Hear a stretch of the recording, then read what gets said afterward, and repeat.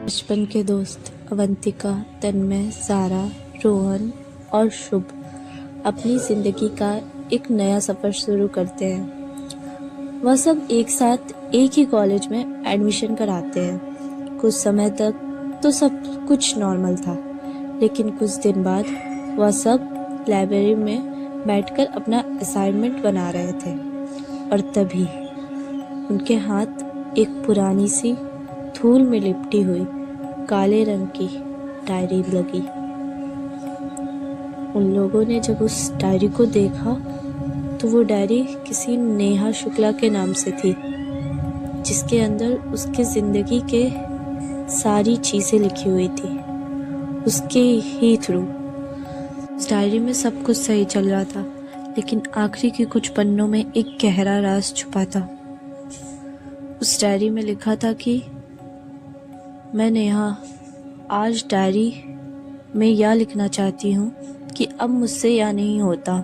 मेरी बचपन की बहुत अच्छी दोस्त स्वाति का किसी ने बहुत बुरी तरीके से मर्डर किया और उसके बॉडी को कहीं छुपा दिया। मैंने यह राज जानने की बहुत कोशिश की। आखिर कौन है उसको मारना चाहता था और उसकी शरीर कहाँ पर है, पर मैं हार चुकी हूँ। अब मैं इसको नहीं कर सकती, इसलिए मैं इस डायरी में सारी बात लिख रही हूँ कि मेरी फ्रेंड का मर्डर हुआ है और बहुत बुरी तरीके से हुआ था।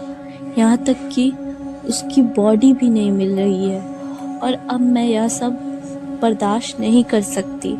मैं सुसाइड कर रही हूँ। अगर जिसके हाथ भी ये डायरी लगे तो प्लीज़ हम दोनों के आत्मा की शांति के लिए हमारी मदद करना। यह सुनकर वह सारे दोस्त सदमे में आ गए और उन्होंने ठान लिया कि वह दोनों की आत्मा को मुक्ति दिलाकर रहेंगे। फिर वह सब खोज में निकल जाते हैं। कॉलेज का हर चप्पा चप्पा छान मारते हैं, हर एक जगह पर देखते हैं, पर उनको कुछ समझ में नहीं आता है। लेकिन उस डायरी में यह भी लिखा हुआ था कि उसकी लाश कॉलेज में ही है। एक दिन उनमें से एक दोस्त जिसका नाम तन्मय था, वह प्रिंसिपल के ऑफिस के पास से गुजर रहा था और उसको आवाज़ आती है किसी की बात करने की।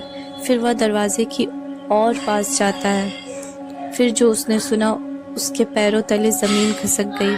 फिर वह भागता हुआ, गिरता हुआ, पसीने से भीगा हुआ और घबराया हुआ अपने दोस्तों के पास जाता है और उनको सारी बात बताता है और सबके होश उड़ जाते हैं। वह बात कुछ ऐसी थी कि शायद जो उनकी दुनिया पलट देने वाली थी।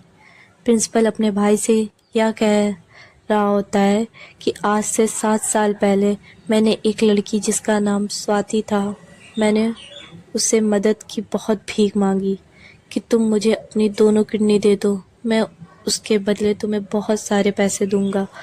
असल में मुझे वह किडनी मेरे बेटे के लिए चाहिए थी, जो बाकी लोगों से अलग है, वह नॉर्मल नहीं है। लेकिन उसने मेरी एक न मानी। मैं बहुत कहता रहा, मना करती रही। फिर मुझे गुस्सा आया और मैंने एक भारी रोड लेकर उसके सर पे दे मारी, लेकिन वह मर गई।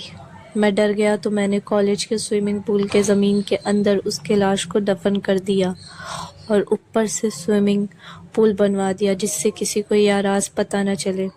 यह बात सुनने के बाद सबके होश उड़ गए, लेकिन उन लोगों के पास कोई सबूत नहीं था कि वह स्टेशन तक पहुंचा पाए। लेकिन फिर भी वो लोग खाली हाथ पुलिस स्टेशन पहुंचते हैं और पुलिस को बताते हैं। फिर पुलिस आती है और पुल के सारे पानी को निकालकर उसे ज़मीन को तोड़कर खुदाई करती है। कुछ देर बाद एक 7 साल पुराने लाश जो कि सड़ चुकी थी वह मिली। फिर एक पोस्टमार्टम के बाद आखिर में सारा सच सामने आ गया कि इसको मारा गया है। फिर पुलिस के तहकीकात की मदद से प्रिंसिपल दोषी साबित हुआ।